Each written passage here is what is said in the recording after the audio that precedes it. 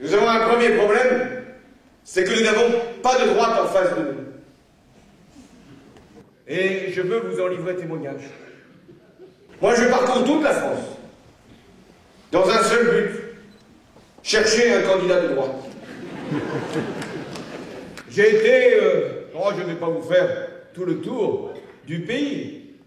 J'ai été dans la Loire. J'ai dit, vous avez de la droite, vous? On dit non, on a un groupe qui s'appelle Union pour la Loire. J'ai été après dans le Puy-de-Dôme. J'ai dit, mais vous, la droite, vous connaissez? Mais non, non. Nous, on a les Républicains pour le Puy-de-Dôme. Quel risque! Alors après, j'ai voulu aller au cœur du système. Je suis allé d'abord en Seine-et-Marne. Seine-et-Marne, à Meaux. Là est le président de l'UMP, maire de cette ville. Les candidats étaient rassemblés, je dis, mais vous avez quand même des candidats à l'UMP. Pas davantage. Quel malheur. Je vais bientôt dans les Hauts-de-Seine. Je dis, vous connaissez bien les Sarkozy. Si c'était le père, le fils, à défaut du Saint-Esprit.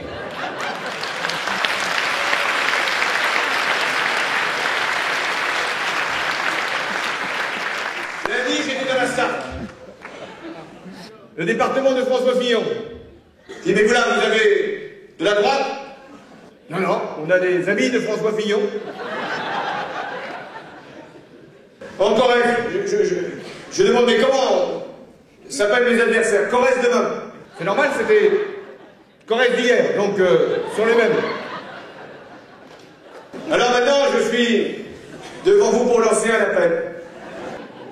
S'il y a un candidat en France qui prend le risque, la responsabilité, qui a le courage de mettre sur ses affiches à la fois le nom de Nicolas Sarkozy et le logo de l'UMP, je suis prêt, sur mes fonds personnels, à lui offrir un déplacement en Corrèze.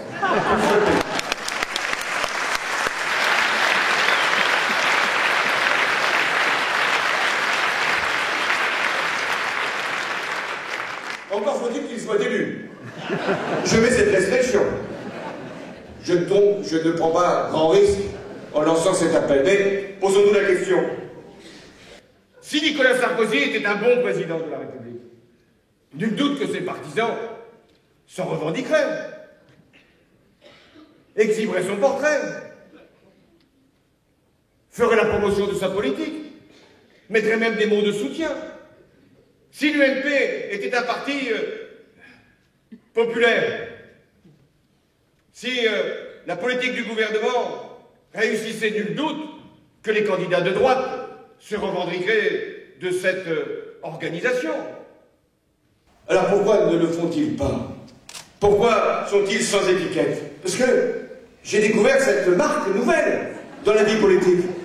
Des candidats sans étiquette. Ah, je le dis partout. Méfiez-vous des sans étiquette.